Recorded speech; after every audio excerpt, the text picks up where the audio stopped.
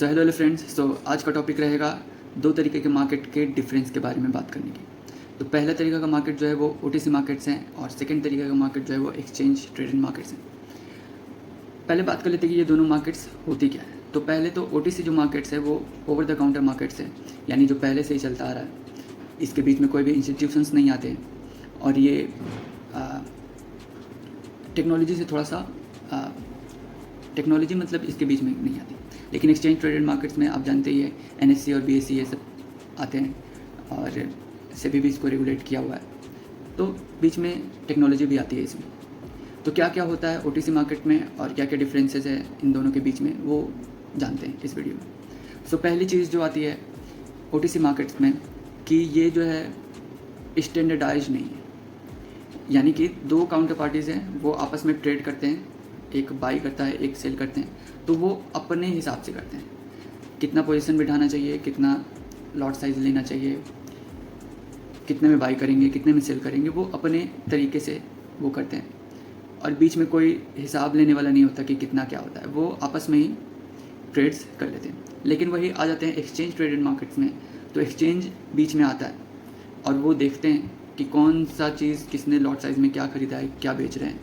और एक चीज़ तो होती है कि रिस्क कम हो जाता है क्योंकि बीच में एक्सचेंज आ रही है। ओटीसी मार्केट में बेसिकली वही बॉन्ड्स और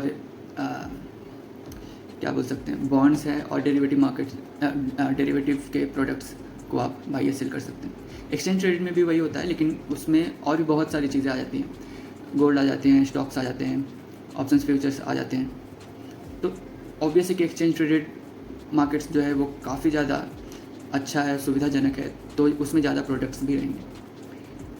और क्या डिफरेंस देखा जा सकता है, जो भी ओटीसी मार्केट्स हैं उसमें सभी चीज़ें डिसेंट्रलाइज्ड है, कोई बीच में एक्सचेंज नहीं है, तो ऑब्वियसली कि डिसेंट्रलाइज्ड है।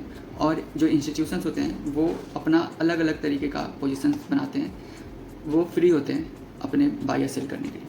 लेकिन एक्सचेंज अगर बीच में आता है तो वो रिस्क मैनेजमेंट के तौर पे भी काम करता है बीच में, और बता देता है कि कौन से स्टॉक्स कहाँ पे अवेलेबल हैं, कितने अच्छे तरीके से ख़रीदे जा सकते हैं, कितना रिस्क होना चाहिए, क्या होना चाहिए, बहुत सारी चीज़ें, बहुत सारी सुविधाएं मिलती है एक्सचेंज में। और क्या डिफरेंसेस आ सकते हैं, पोजीशंस, लिवरेज और मार्जिनिंग, कोई भी फॉर्मल सेंट्रलाइज्ड चीज़ें नहीं है, लेकिन एक्सचेंज ट्रेडेड में वो सब चीज़ें सेंट्रलाइज्ड हैं। अब क्या होता है, जो रिस्क मैनेजमेंट के जो रूल्स होते हैं, जो सेफ गार्ड के जो रूल होते हैं, मान लेते हैं कि एक काउंटर पार्टी अगर वो बाई करते हैं, दूसरा बेचने के लिए तैयार ही नहीं है, ठीक है, और दूसरा बेचने के लिए अगर तैयार है तो दूसरा वो उतने रुपए में नहीं खरीद सकता।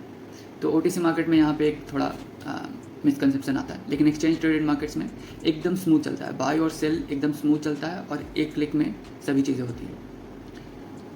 ऑब्वियसली कि ओटीसी मार्केट्स अभी भी चल रहे हैं, तो कुछ लोगों के लिए वो काफ़ी बेनिफिशियल है, अलग अलग चीज़ें होती है ओटीसी मार्केट्स में जो कि एक्सचेंज ट्रेडेड मार्केट्स में नहीं हो पाती, क्योंकि एक्सचेंज सभी देख रहे हैं और ओटीसी मार्केट में कोई बीच में नहीं होता। तो ऑब्वियस है कि अपने तरीके से सुविधाजनक तरीके से बाय या सेल कर सकते हैं लोग।